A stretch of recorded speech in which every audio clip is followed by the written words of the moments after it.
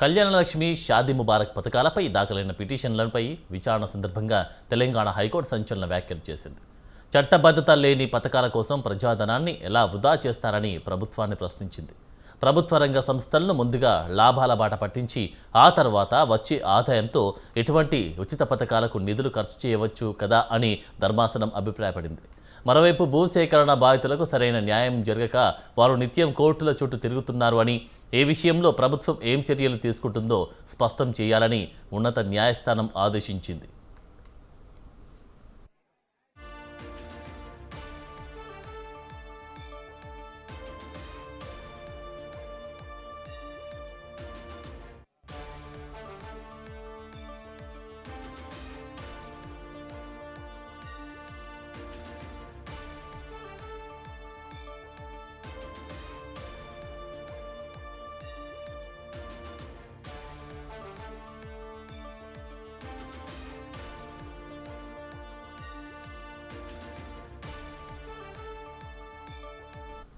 భూబాధితుల సమస్యలపై పూర్తి వివరాలను కోర్టు ముందు ఉంచాలని ఆదేశిస్తూనే కేసు తదుపరి విచారణను మరుసటి రోజుకు వాయిదా వేసింది.